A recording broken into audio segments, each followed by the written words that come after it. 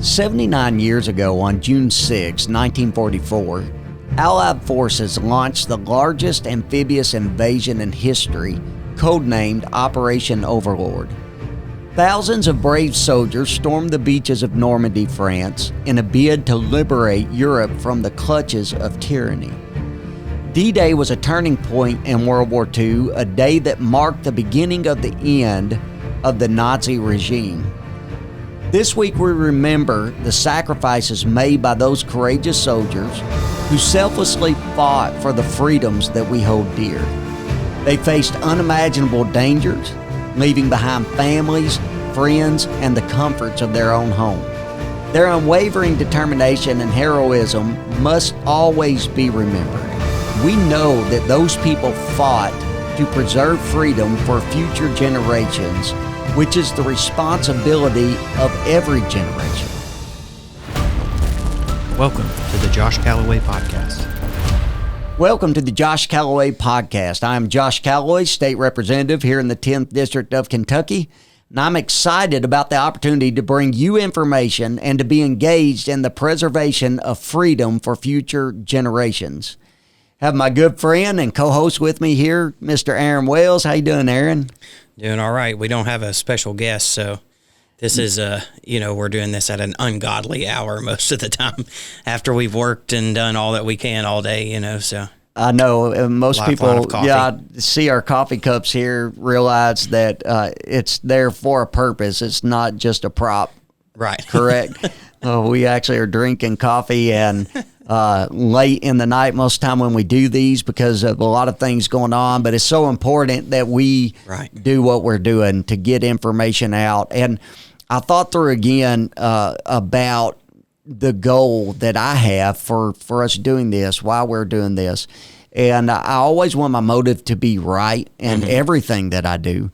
But I think getting the truth out, I think the truth is so important. Right. And as long as we have freedom and the opportunity to get the truth out, speak the truth, spread the truth, reinforce the truth, everything, and the truth stands alone by itself, but I think that constantly making sure that we repeat the truth. Right. And there are people that are so confused, people that are dealing with deception, young people that are dealing with deception. We've talked about that often, but I think the truth has got to be the prevailing thing and the prevailing motive of what we are doing here. Right. And that's why I'm doing this. I know that's why you're engaged. Yeah. I know it's important to you. Yeah, and in light of, Memorial Day just passed, and in light of remembering that, then, we're talking about people who gave everything that they had to fight injustice. Nowadays, we have people that can't even define what injustice or justice is, because they think injustice is, not being allowed to murder children. Yeah, that's injustice to them, or not being allowed to perform gender affirming, gender destroying surgeries on children. That's injustice to them.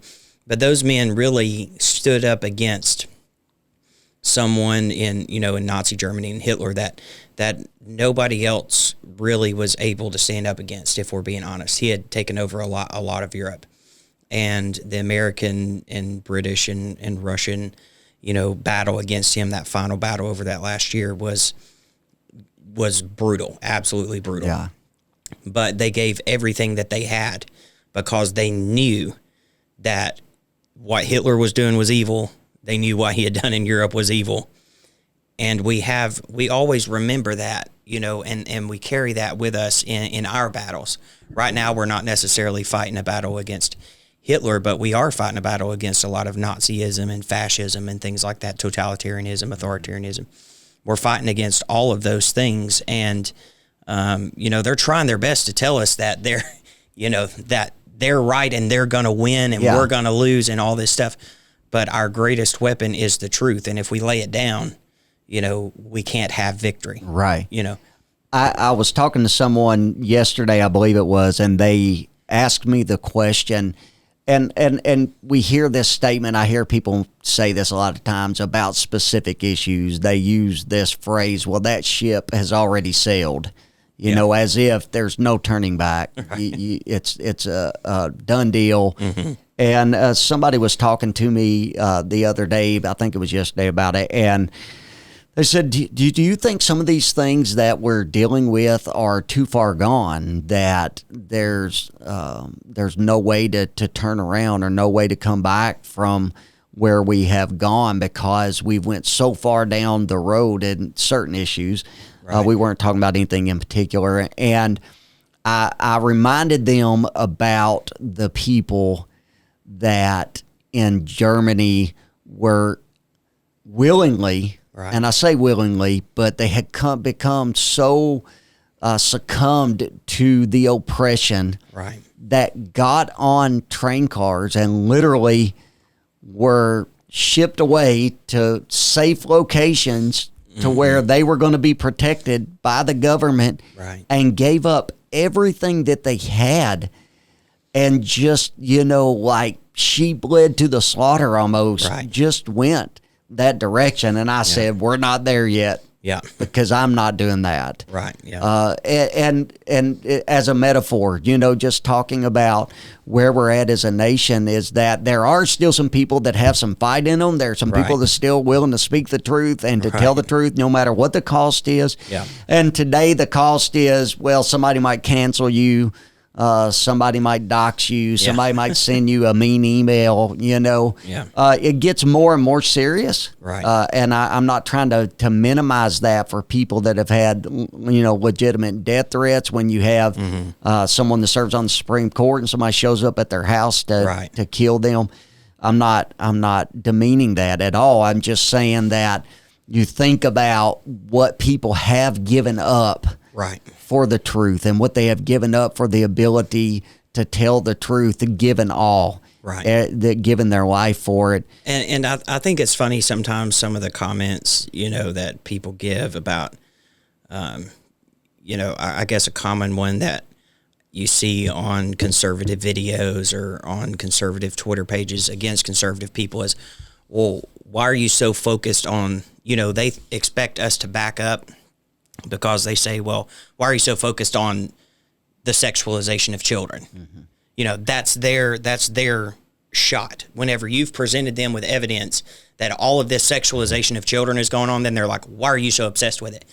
And you are literally exposing, hey, this is in your schools and in the hospitals and in the right. medical community. Right. Why would I back up over your stupid insult? It's almost like they expect you to have a morality that is not present anywhere in the rest of the state, and then expect you to just shrink off into a corner somewhere and let them continue sexualizing children. It's one of the great, I would say, blessings of having the media provide such cover for this brutality and this barbaric practices. One of the great blessings of that is that it has made all of their sycophants, whatever you call them, it's made all of them extremely stupid. Yes. And so they have no way to argue with you except to insult you. Well, I'm glad you brought that up because one of the first things that I want to talk about on this podcast revolves around Senate Bill 150. Mm-hmm. And I know we've talked about it a lot. Mm-hmm. But the media talked about it a lot as well. Right. And they said a lot of things that we didn't say. And so this gives us the opportunity to put the truth out there. Mm-hmm. But just this week, the Kentucky Department of Education, our beloved Kentucky Department of Education that does such a great job for the state of Kentucky. Oh, Jason Glass.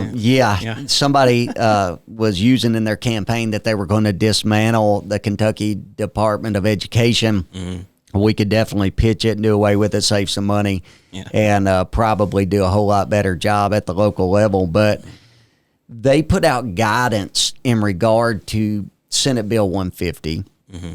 And it is amazing how hard that they have worked with taxpayer dollars to find a way to not comply with the law. Yeah. And they use semantics. I don't know if you've got to see any of this yet or not, but really, yeah. So there's a particular section in the bill that says that there has to be a policy to respect parental rights. Right. Why you have to have a policy to respect parental rights in this day and hour, I'll never understand. It's because the Kentucky Department of Education doesn't want to, unless you are wanting to give puberty blockers to your child. They want to respect their parental rights is what they're called. Right. If you can pump your child full of, hormone blockers or hormone therapy, puberty blockers that are going to destroy their body, then they call that parental rights. But if you don't want your school transing your child without your knowledge, then you don't have parental rights. It makes no sense. It doesn't. It's like, hey, I want to cut my child's hand off. Okay, you have parental rights. I don't want my school to cut my child's hand off without me knowing.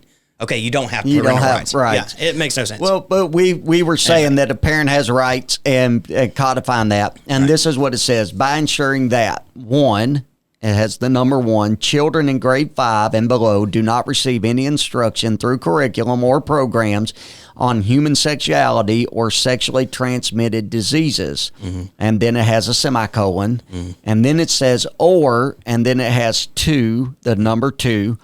Any child, regardless of grade level, enrolled in the district does not receive any instruction or presentation that has a goal or purpose of students studying or exploring gender identity, gender expression, or sexual orientation, semicolon, and then goes on to the next letter that it is a policy to notify a parent in advance to obtain, and goes on and discusses what's going on with the bill.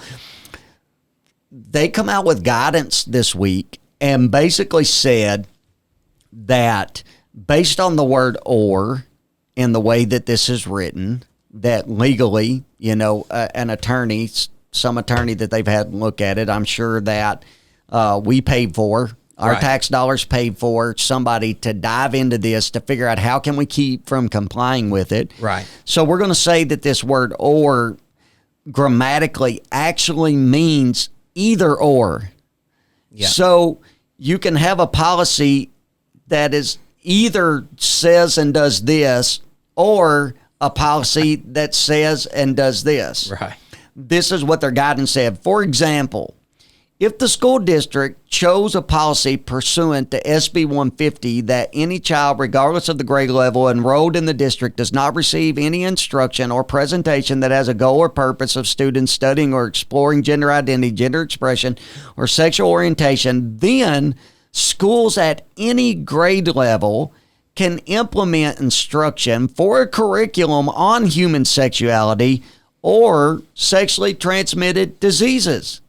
However, this curriculum can't have any instruction about gender identity, gender expression, or sexual orientation, regardless of the grade level. Right. So this is what I don't understand, and maybe you can help me with this tonight a little bit. But this is what they are saying is that so basically they can begin sex education at any grade level if they choose one over the other. Right. Why in the world? People send me, they'll send me an email or they'll send me a notification through some means that asks the question about why am I consumed with these issues and that have to do with children and sexuality. Mm-hmm. This is why. Right. Because they are consumed with it. Yep. They are consumed with sexualizing our children for some reason. And I know what the goal is. I understand to some degree what we're dealing with. Some of it I don't understand. Right. But they are bent on making sure that they teach our children as young as they can around the issues of sex.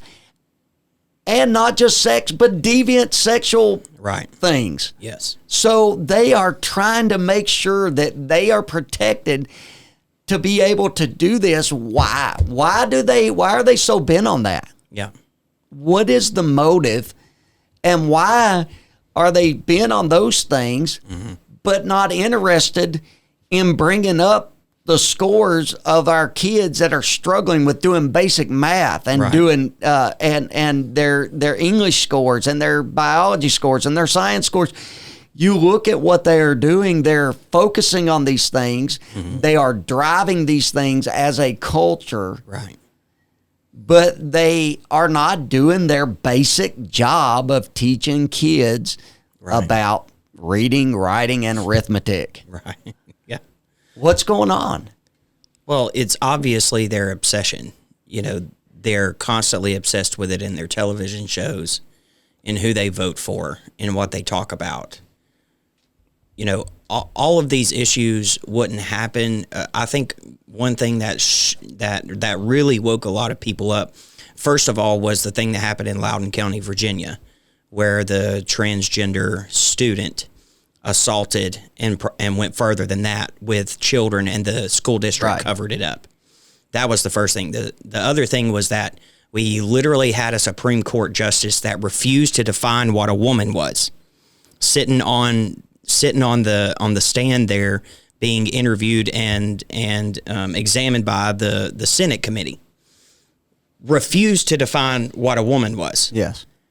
That woke a lot of people up to realize that at the very highest places of power in this country, then this insane ideology, this mentally deranged ideology, has taken over everybody's thoughts and speech to the point that they can't even define what a woman is. Yes. They're too cowardly to define what a woman is.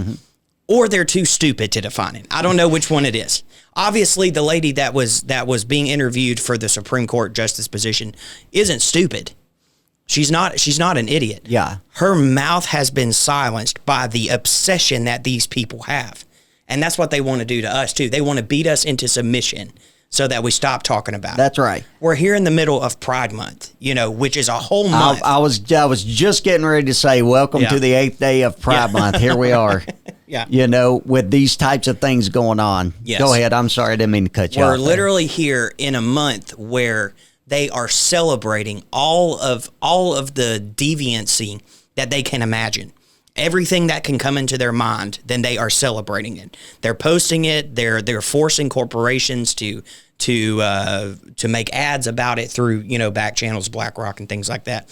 Which, you know, I'm really troubled by the people who say, or not troubled, but, you know, weary with the people who say, you don't know what you're talking about BlackRock. That's their free choice. Whenever their CEO, Larry Fink, said we have to force behaviors. Yes. They are forcing this through through American capitalism. Right. And they have to literally threaten people in order to get them to do what they want them to do.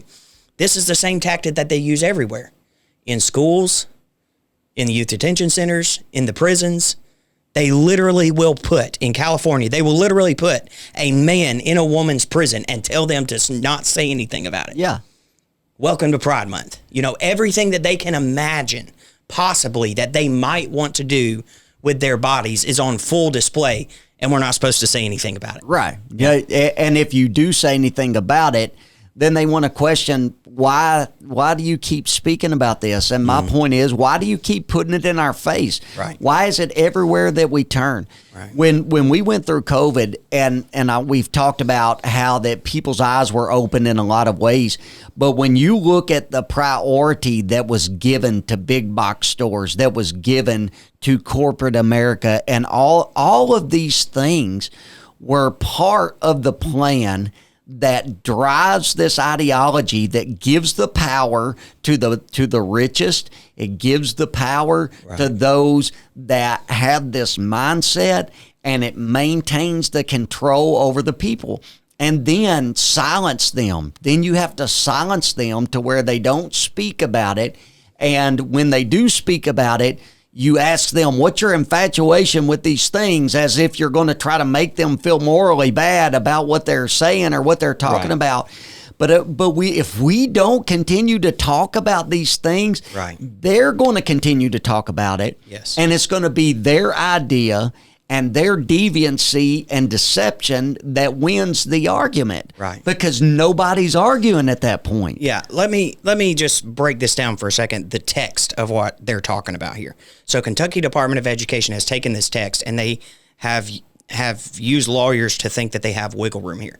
These are the same type of lawyers who use the 14th Amendment to say that the president can just spend money wherever he wants to, whenever obviously the power to spend is given to the Congress, right? They have no respect for anything at all. If they do not textually take what the law says and interpret it with any kind of reason. Yes. They just take the one word or, take it out of context and say, well, you mean what we say you meant. Yes.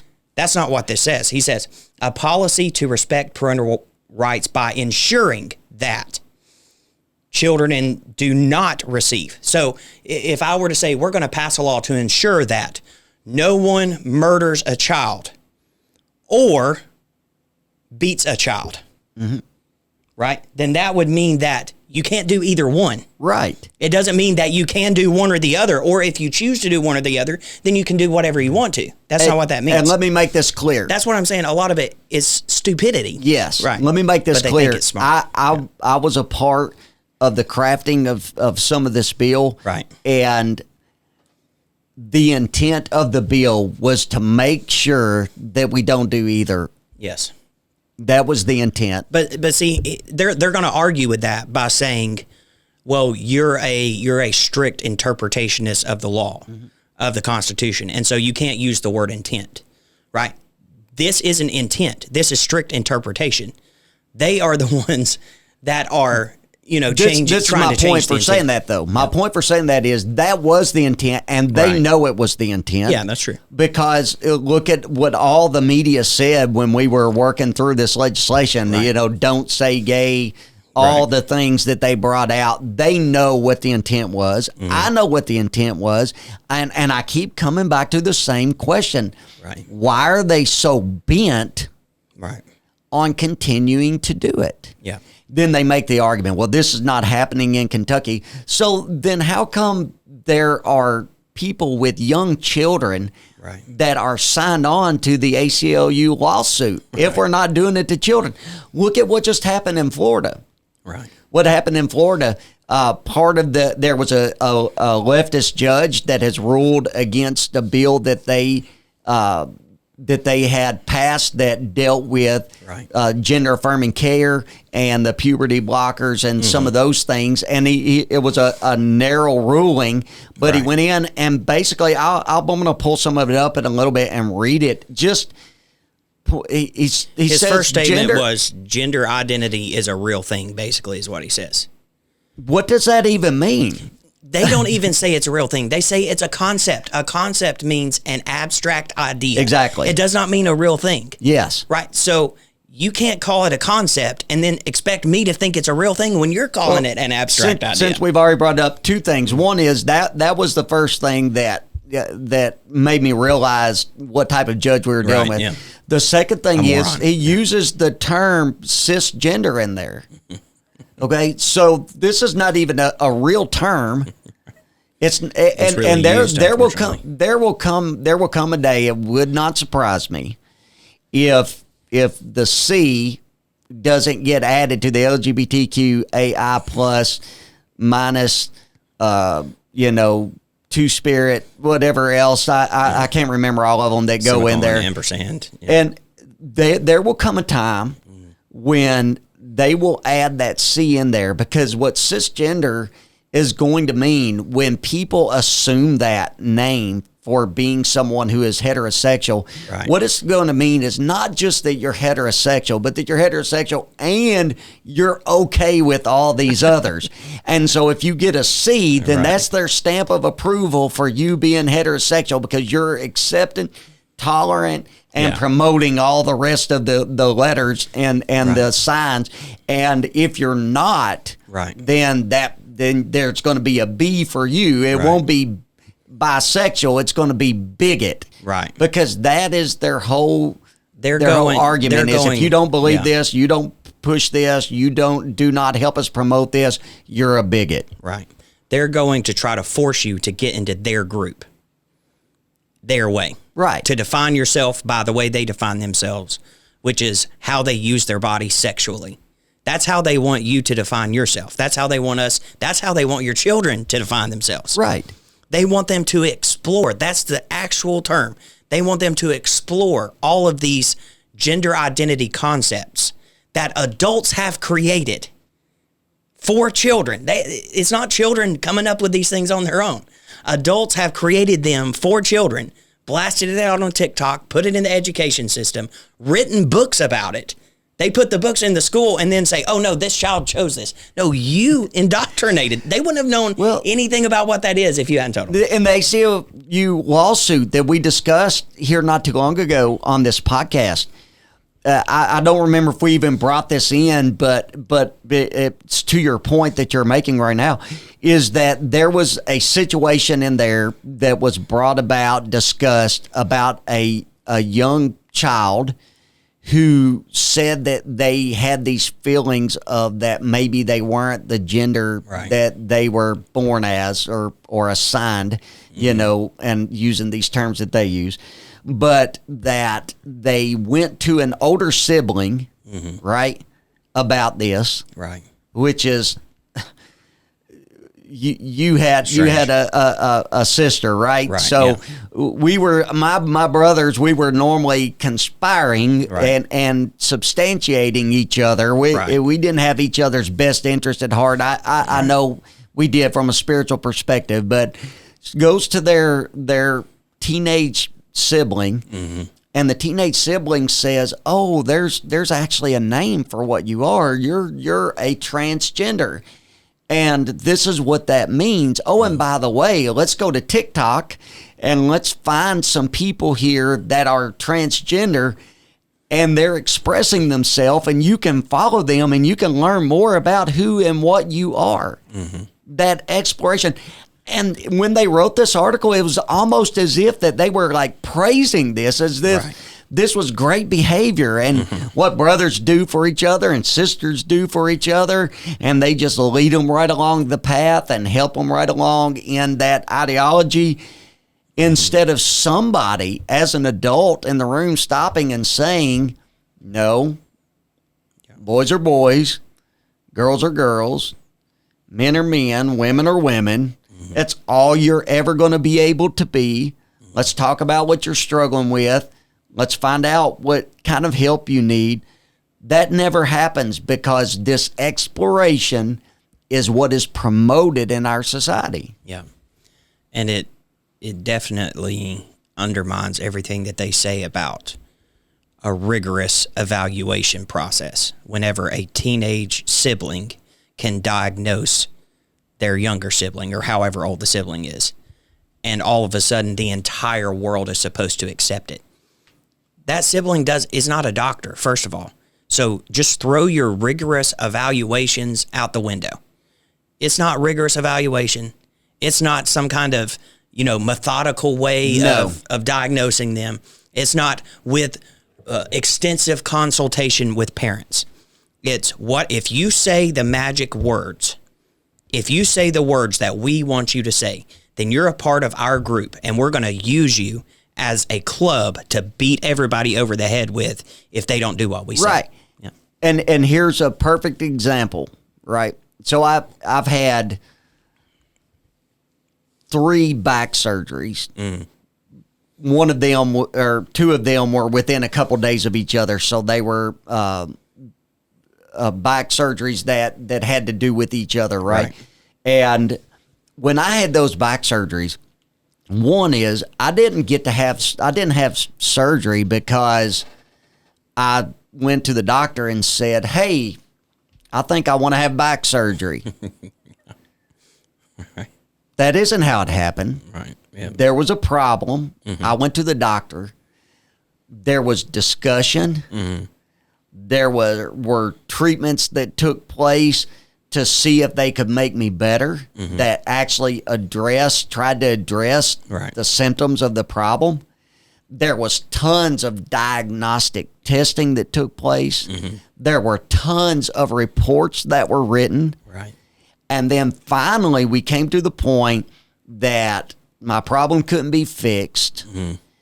And the doctor had to work with the reports that he had, pull all of the data together, all of the different diagnostic tests. So can I guess, did he, after all of this, say, we need to go remove your spine?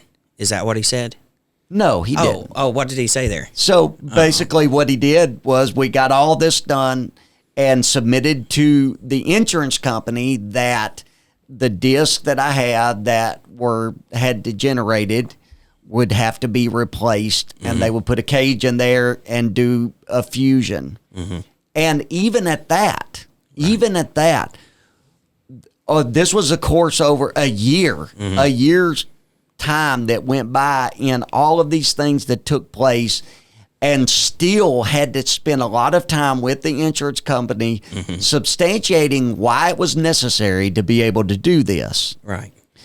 Just this past week, Matt Walsh has put out that he had a staffer that in 22 minutes got a letter of authorization to be able to have his genitals removed. From the Plume Clinic.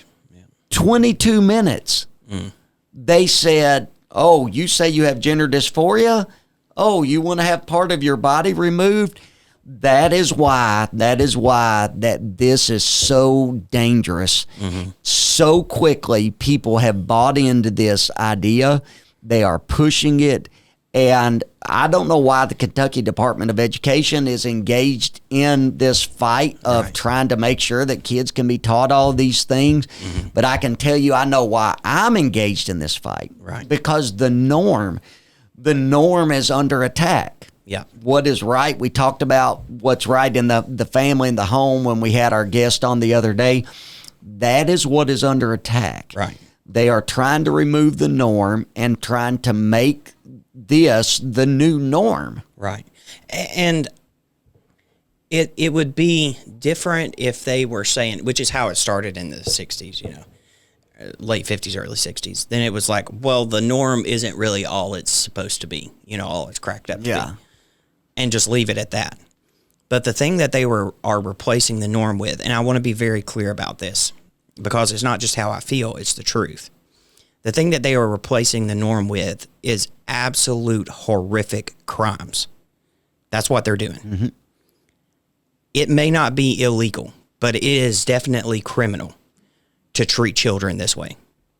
If you want to know why we do not back down, it's because this is horrific. That's exactly right. It's not because we have some kind of obsession with getting back at the Democrats. It's because what is happening is mind-blowingly horrible.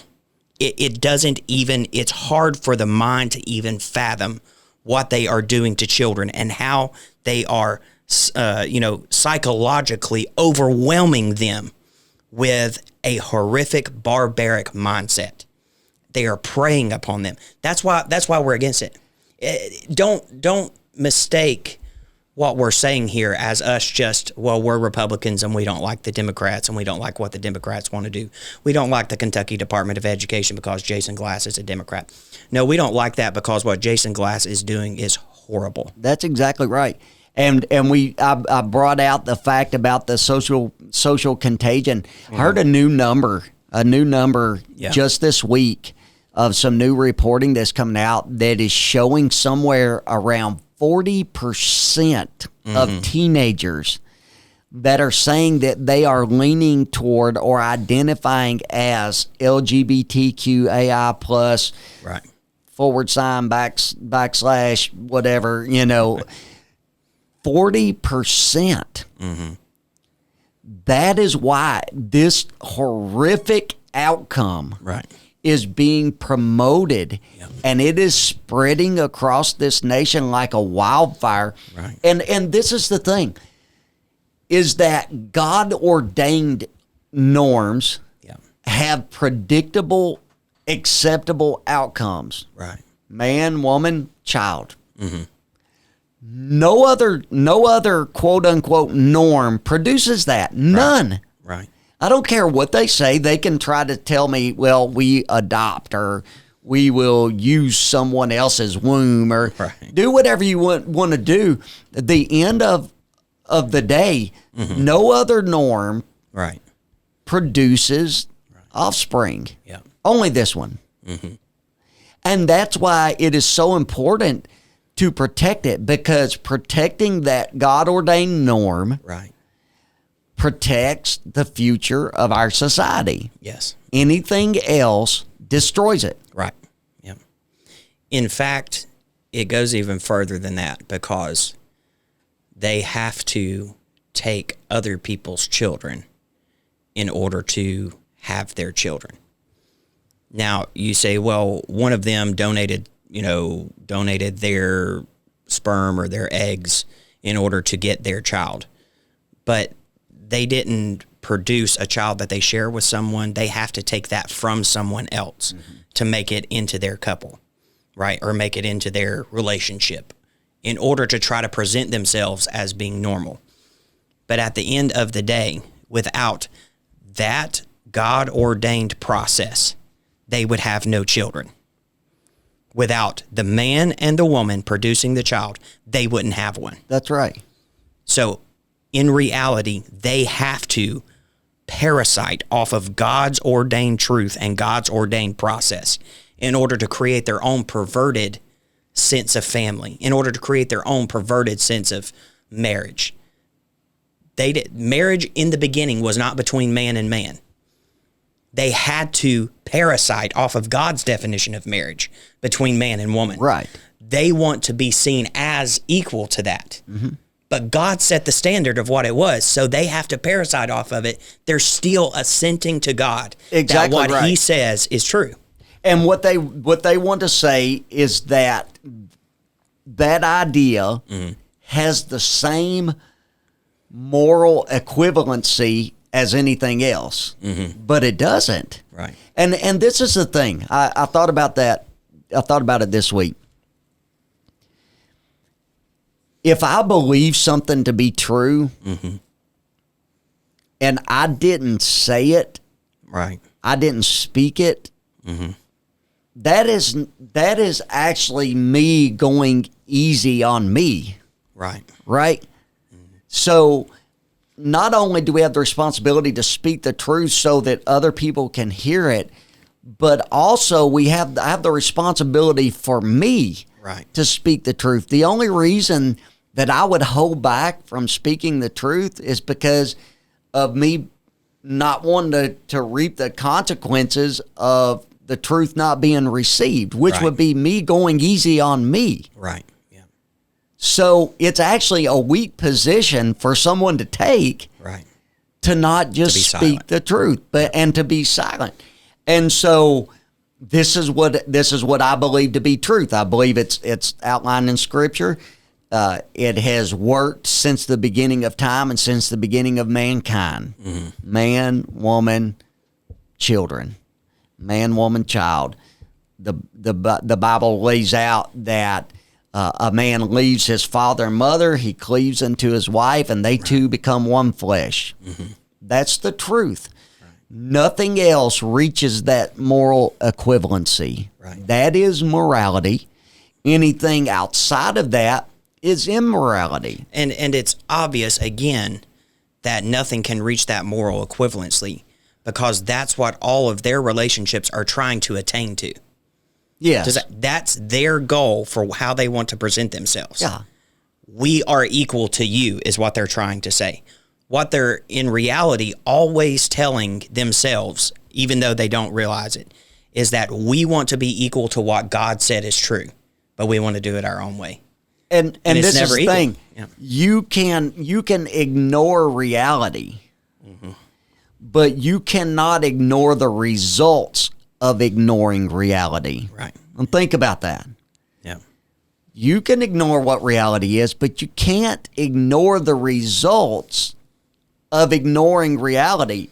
There's only one type of relationship that produces offspring. Right. And I've heard people say, well, not every woman can have a baby. I get that. Not every human can walk. Yeah.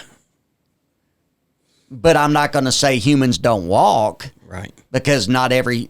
And that it's normal for humans to walk. We would conclude that if a human can't walk, that there's been something that's happened, something that has caused them to not be able to do that. Right. But the norm is that they can't. And we don't say, okay, this person can't walk, so let's all pretend like we can't walk, right, in order to make them feel better. No, their goal is always, I lived with a guy who had cerebral palsy in college.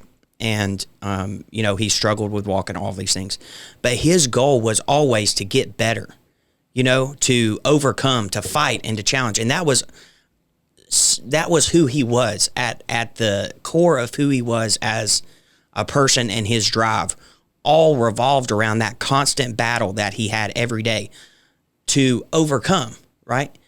Me as a person, if I would have said, what would be best for you is if everyone else got cerebral palsy, figured out a way to get cerebral palsy, then you would feel represented in all of these things. I wouldn't have been able to help him with the things that he needed, like getting his shoes on and getting stuff ready to go to school and helping him type out stuff. I wouldn't have been able to help him do those things if I had thought that the best way for him to feel seen is for me to act like he is. Yeah. The best way for him to feel seen is for me to help him do all of the things that everybody else does. Right. Right. And this is the thing. We could talk, we've dealt with these issues of transgenderism, but this is what I think. I think that God's best is one man for one woman for a lifetime. Mm-hmm. Right? Yeah. That's what I believe. And I believe that you can find that principle in Scripture. I think that you can find it substantiated. And so anything outside of that, right, according to God's way and God's rule and God's law, anything outside of that, right, it would be immoral. Right. Right? Yeah. We have got to the place, though, that what you just said in regard to your friend in college, like that common sense has so went out the window. I mean, people are blinding themselves. It's unreal what people are doing to themselves. And, YouTube took down one of the videos that we had put out there. And I thought about this today. I hadn't thought about it a whole lot.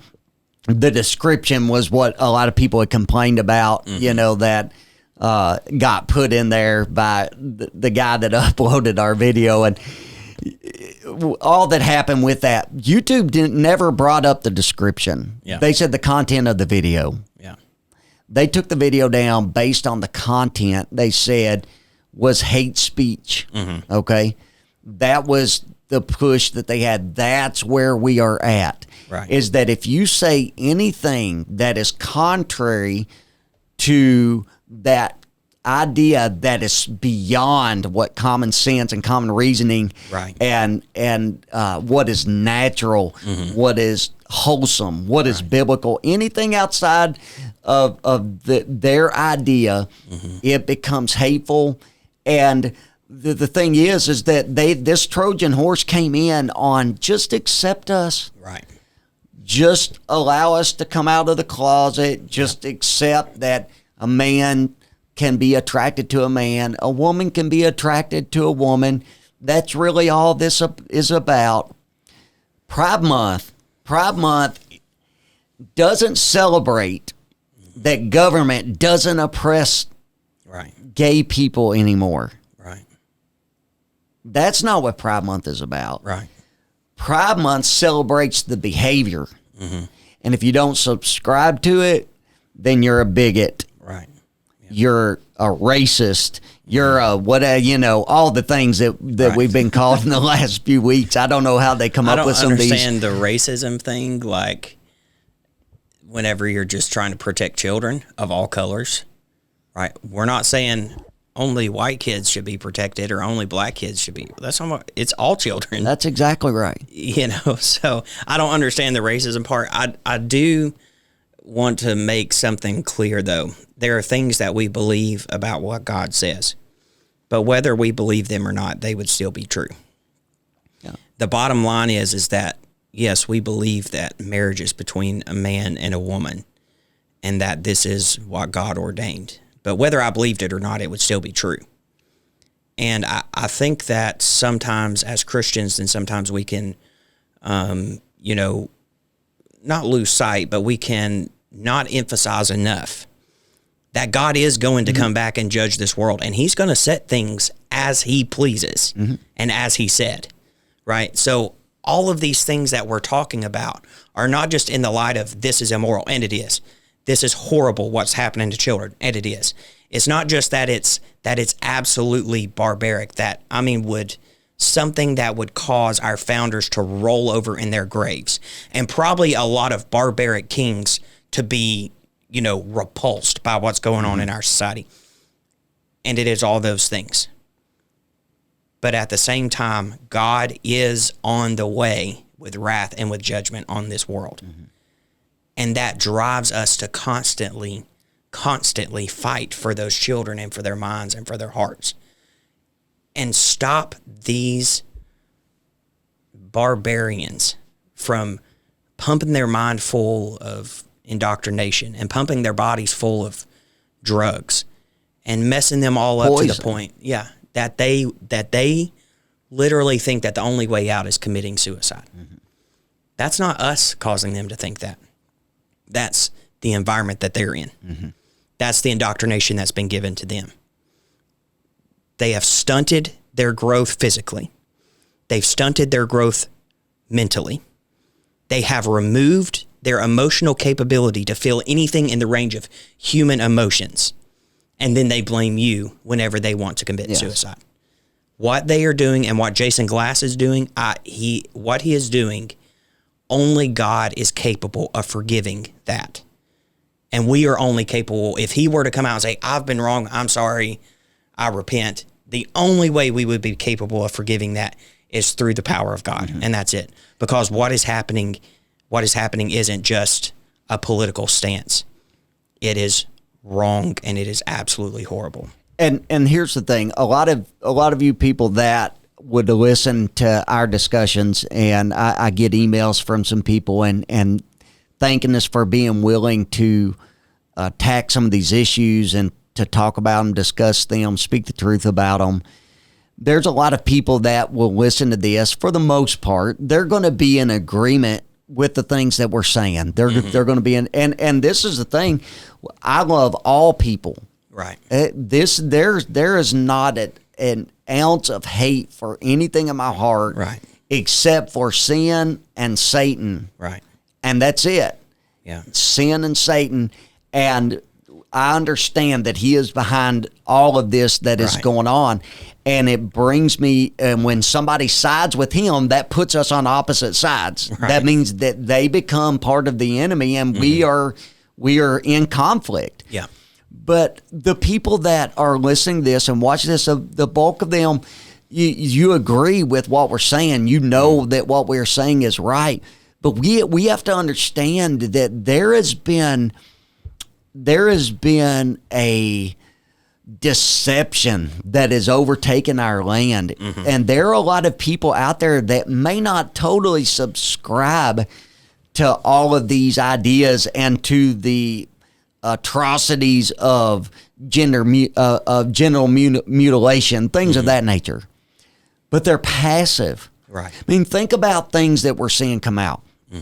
Parades in cities where children are, where men are in hardly any clothing at all and dressed up in costumes and beating each other in sexual ways and doing just wicked, ungodly things in front of children and parents standing there with their children. But we're the ones sexualizing children by calling it out. Oh, yeah. Not them performing all those acts in front of the kids. How does that even make sense? So I saw this video, and I don't know all the details around it. So it could be whatever. It just from the appearance. I saw this video of a drag queen that was doing like a drag queen story hour or something somewhere. And this gentleman goes in who claims to be a preacher, and he's calling it out from the back of the crowd and is saying, that God's against this, God's going to judge this is not proper. Parents are screaming at the guy preaching, saying, not in front of our children. Like, that's literally what they were saying. And that's why it's so important as we do these.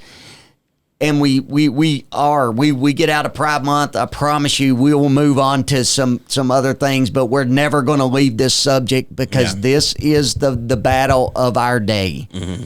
It is the sexualization of our children, because it is to get to their minds, to be able to have their heart. Yeah. That is what this is all about, and I say that often.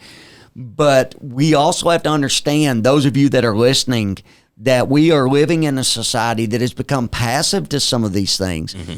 And people used to have this mentality, well, as long as they leave us alone, I don't care what two people, consenting adults, do in their bedroom, and that's never been what this is about. Yeah. I understand, and there's groups out there. There's the Gays Against Groomers, and they go around and they actually advocate for policy in states that are trying to protect kids from these types of surgeries and this type of the medications, puberty blockers, so on and so forth. Right. And they advocate for that. But I'm going to tell you something.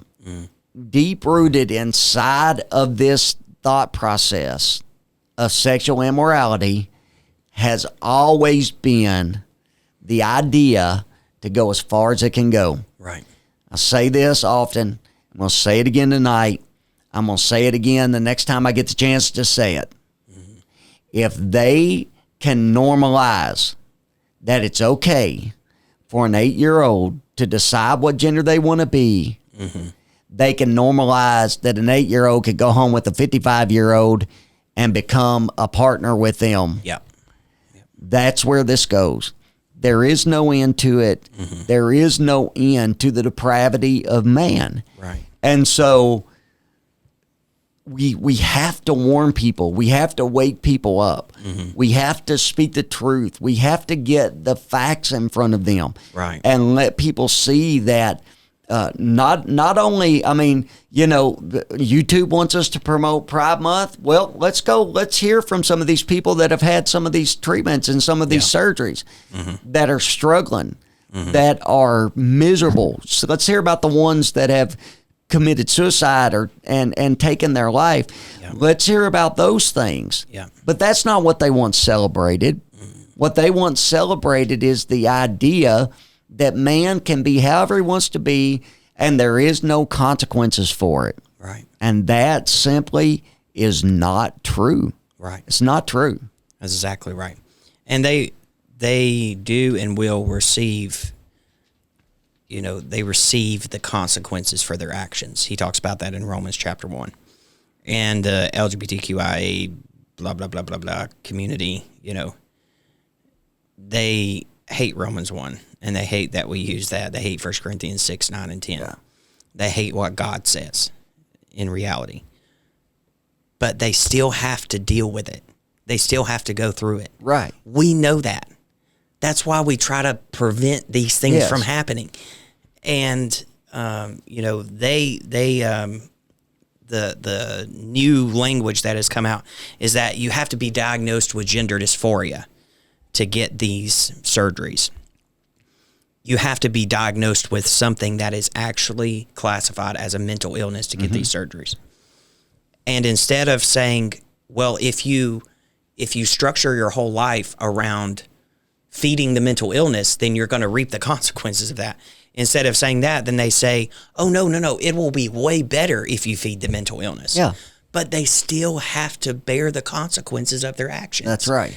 It doesn't matter what everybody says. It doesn't matter if every doctor in the United States of America said that gender destroying surgery is best for everybody. Everyone would still have to reap the consequences. It doesn't matter if they believe that doctor or not. It doesn't matter if they believe Jason Glass or the Kentucky Department of Education. It doesn't matter if they believe them or not. Their children will still bear the consequences of these choices that they're making for them. That's exactly right. And I think that is why it is so important that we continue to bring these things to light. Right. There's a lot of information. I encourage people to research things and find out what is going on out there. Right. There are things that, because of what my goal is for this podcast, that I'm just simply not gonna put up and show people. There's videos I'm not gonna show. Yeah. There's pictures that I'm not gonna show. It's not the motive or the point of why I'm doing this. But people are going to have to wake up and get informed and realize that your neighbors potentially are passive toward these things. Yeah. And this has been something that has been in the works for decades. Yeah. And we could go all the way back to, the 50s and the 60s. Right. But if we really look at what happened when the Supreme Court made the ruling that they made on marriage, all of a sudden we begin to see things to begin to be expedited. And very quickly we went from let us get married to you can be whatever you want to be, whatever day of the week you decide you want to be it. And we will actually do surgeries to enable you to be that. Right. We will remove parts of your bodies. And yes, it's all you never achieve it. That's why that there is so much depression, and there's so much so many people that are distraught that have been through this is because it's all deception. You can never be anything other than what you are. Right. And that is what God created you to be. Right. Yeah. And I think I don't hate anybody as far as I know, but the Bible does say, Jacob have I loved and Esau have I hated.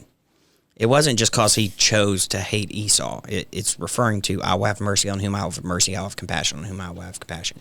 Referring to the fact that because he loved Jacob, then he hated Esau. Right? We have such a society that says hate is such a bad thing, but there's a lot of things that are good for you because you hate them. Right? I hate spiders, whatever. Me too. Whatever. Well, in reality, the godly form of hate is born out of a godly form of love.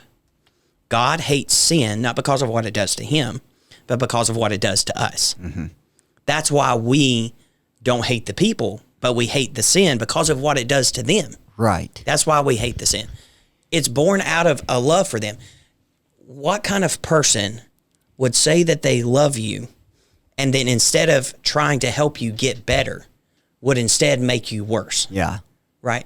Those people are claiming love, and I understand that they want to feel like that they love everybody. But all of that is self-gratification. Yeah. They feel like they love everybody, and so it seems that they do. Doesn't matter how many people they hurt, how many children they mutilate. Doesn't matter. This is the sad thing, is that when someone insists on an unreasonable or an unrealistic position, sometimes the only thing you can do is speak the truth, let them reap the consequences of that unreasonable or unrealistic position that they have taken. Sometimes that's all that you can do. And the problem that we have is that there are other people that are out there echoing those same unrealistic and same unreasonable positions. And so they're hearing the same thing that they're thinking coming back at them. Well, it must be right. It must be okay. Right. And when we try to speak the truth and people ignore the truth, then that's the whole point of why we're speaking it, because we know what the consequences are going to be, and we're trying to keep them from reaping the consequences of going down that path. Right. Especially especially children. Yeah. Because children, they're being I was reading or heard today about a person who is an actress, and she has 3 boys, 3 sons, and in every picture that they're seen pretty much in public consistently, constantly, her children are dressed as females. Yeah. You know, I'm sure it's just a coincidence, you know, that all 3 of them just happen to, you know, lean toward feminine desires. I'm sure it has nothing to do with her or the parent. She even made the statement that the oldest child actually basically sent her a message from the womb, which she believes in abortion, right? So this wasn't actually a child in her womb, according to her. So this thing told her that it was a female, but it was in a male's body. And then when it was born, she immediately began treating this child like a female, dressing it like it, you know, all of those things, and nurturing this child in this. That's what we are dealing with in our society. And and when I look at it, think about how I was raised. I mean, I don't know of a child that could have had a better upbringing, to some degree. And I feel bad for children sometimes because of, I look at the situations and people say, well, how can you understand or how can you empathize? But we empathize around truth. That's where we come back to our basis and our foundation. But children are dealing with so much. And when we see people in our society that are actually attacking them, that are actually pushing them in these directions that we know ends in destruction and death, we have to speak out. We have to talk to people. We have to speak the truth to friends and neighbors. And we have to be willing to draw lines with our own family as to this is the direction we're going to go. These are the things we're going to allow in. The things that we're not going to allow in. These are the influences that we're going to allow. Right. And the reckoning that is coming, 15 or 20 years down the road, like it's happening in Europe right now. The reckoning that is coming where the children are put through all of this, and then they begin to come forward and say, this is what I'm going through. You betrayed me. You hurt me. All of these things are killing me. I can't deal with the pain. I can't deal with all of this. That reckoning that is coming, then yes, the people who pushed it they'll be held accountable. Yeah. They'll have to be. Otherwise, we'll collapse as a society. But the people that were passive will bear the responsibility of it as well. Those who refuse to stand up and say the truth and fight, they'll bear the responsibility as well. Yeah, because they let it happen. They believed the stupidity. It makes no sense in any type of reasonable way that a man can be turned into a woman. There's nothing about that makes any kind of sense at all. So it's unreasonable. It's stupidity. It's a fantasy, an imagination of man. That cannot be made into reality. And yet they're forcing this imagination on children, telling them that it can be a reality. What's going to happen when they wake up one day and they realize it's not? They lied to me. Yeah. Why didn't you stand up? Where are you going to be at that point? Right. When they stand up and say, they lied to me, you let this happen to me. Where are you going to be as a parent? Are you gonna have to do the same thing as Jazz Jennings' mom does, which is psychologically berate her child and psychologically control her child so that the child doesn't turn on her? Is that what you're going to have to do? Yeah.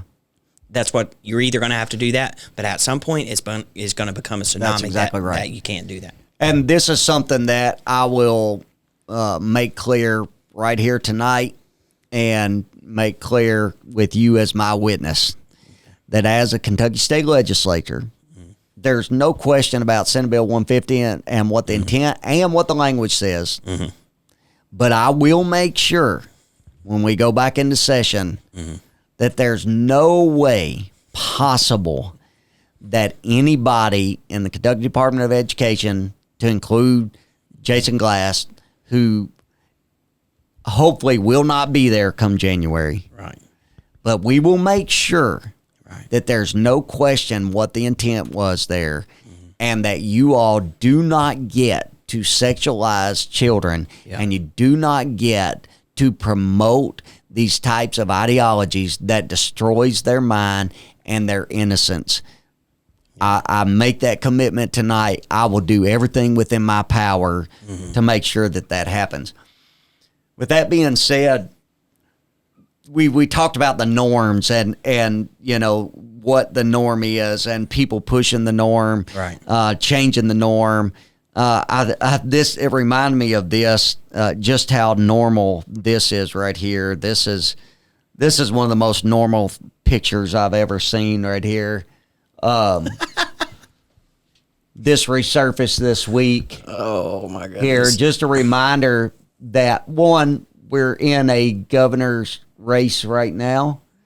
Also a reminder that we are in the middle of Pride Month. And also a reminder that there's absolutely nothing normal about this at all.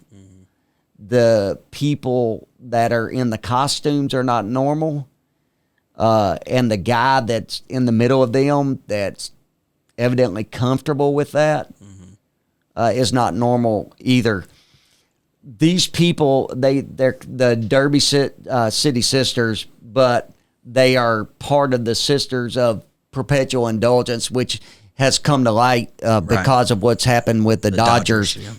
And I looked and I thought about that player that plays for the Dodgers that spoke out before this happened. And he posted a video about God's position of how we are to treat companies like Target. And basically he was just saying that, well, the Bible says to have no fellowship with unfruitful works of darkness. Yeah, that guy actually played for the Toronto Blue Jays, I think. That's right. He played for the Blue Jays. Yeah. So he puts that out and just stating his biblical position on it. No doubt they berated him behind closed doors. We know they did it. And then he, for whatever reason, backs down to him. Yeah. And then he comes out and basically behind the scenes, you can't see what's happening, but if you could see what's happening, I'm sure that there's threats probably with his career, threats with all types of stuff, and he has to come out and apologize and bow down, and he does that, so it should be good, right? He should be good to go. No, but that's not enough. He steps out onto the field, and the whole crowd boos him after he's apologized and bowed down to him. He'd have been better off just to double down and stick to his guns and just say, truth is truth. This is what I believe, and move forward with it. But this is where we're at right now. We got a guy that's running for governor that is okay with everything. This picture had circulated. He vetoed Senate Bill 150. He claims to be a supporter of the LGBTQAI plus /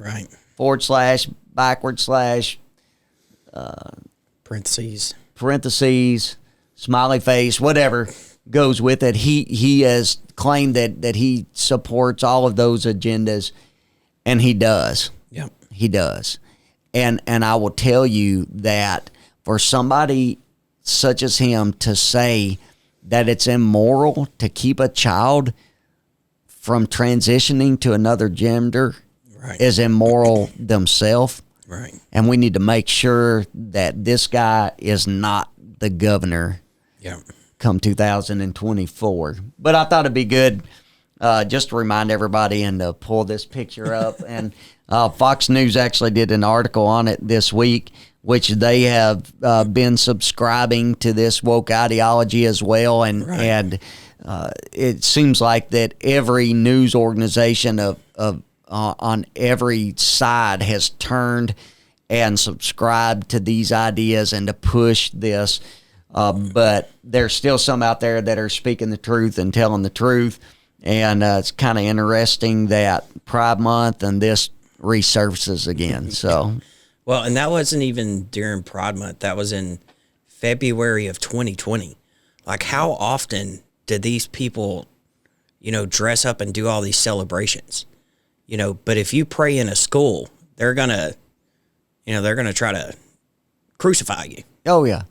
If you believe in prayer in school, they're going to try to crucify you. But they can walk into the Capitol and parade around as drag women or whatever they are, make fun of nuns, make fun of anything that they want to. And if you say anything about it, then you're a bigot. Andy Beshear's just got to go. This is ridiculous. Well, as we said on the last podcast, the family's under attack. Yep. And what has always worked will continue to work. We just have to make sure that we do our part to preserve it. And I do understand that we are living in the last days, that we are seeing prophecy be fulfilled, but that does not change our responsibility of what we are supposed to be doing. Yeah. And I think as dads, first of all, as Christians and believers, as fathers, as people in our community, me in my position as a state legislator, that we have to do everything that we can to protect the things that God ordained. Right. And people, you can't legislate morality to a degree. I understand, where some people, they get nervous. Well, you talk about God and you talk about government and you try to mix those two things together. But this is the thing, that one of these ideas is going to win and is going to rule and reign in our society. Yeah. It's going to. Yeah. And what they have done is, for the last several decades, they have done everything within their power to push this stuff in our face, to shove it down our throat, and to force us to accept it. And all I'm saying is no, we're not going to. It's not acceptable. Not for my family, not for the future of my children, my grandchildren, your grandchildren. Right. And so we have to do everything within our power to preserve what is right for the future of the families of the state of Kentucky. Yeah. And I am honored to be able to be a part of that. Yeah. And I am so humbled by the fact that the people of this district would give me the opportunity to do that. And I don't want to look back on it someday and wish that I had done more. Wish that I had fought harder, and wish that I had taken a stronger stand. I want to look back, and I want to know that what we did for the time period that we had the opportunity to do it, that it was pleasing unto God, and that it preserved what we want in morality for future generations. Yeah. And, I mean, you say you can't legislate morality, but you can legislate against forced immorality. Exactly. Those are two different things. That's a great way to put that. Two different things. Especially this month. Don't be passive. Right. This is supposed to be their month where they get to say whatever they want to. The Pride Month, where every imaginable thing that they can think up, they get to validate and say that it's real. Yeah. And you're not supposed to be able to say anything. This month especially, if you know what is true and you believe that these things are wrong, don't back down this month. Yeah. The other months then is, things get done. It seems like, whatever kind of things go on the back burner, even though they don't want it to. But this month is their way of saying, shut up and don't say anything for a whole month about what we want to do. Especially this month, don't keep your mouth shut. That's right. Right. That's right. Speak up, speak out, stand on the truth, stand firm. Share this podcast like and subscribe to our YouTube channel. You can also find us on Rumble as well, and we will try to get the links out there for that. Let people know about it. We'll be back again in a few days with another podcast with some more information, and we hope and trust that it's been a help to you, that it's maybe lit a fire inside of people to continue to fight, to realize that you're not fighting by yourself. There are people out here. I get emails constantly from people that are saying, we are with you, we're fighting, we appreciate you standing, and we're standing beside you and willing to do whatever it takes to make sure that we preserve the kind of society that we want for our children and our grandchildren. Don't give up the fight. I promise you this month, as Aaron said, they're going to do everything they can to try to get you to capitulate to their idea, to subscribe to their ideology. But don't give in. Don't give up. A better day is coming. Thank you. God bless you. Thank you for watching the Josh Calloway podcast. The purpose of this podcast is to get as much information out as we can about what is going on in our state, in our communities, and across the country. If you will like, share, subscribe to this podcast, you can be notified as soon as a new podcast comes out. Tell your friends, tell your family about it. We would love to have more people participating and more people informed about what is taking place. Thank you, and God bless.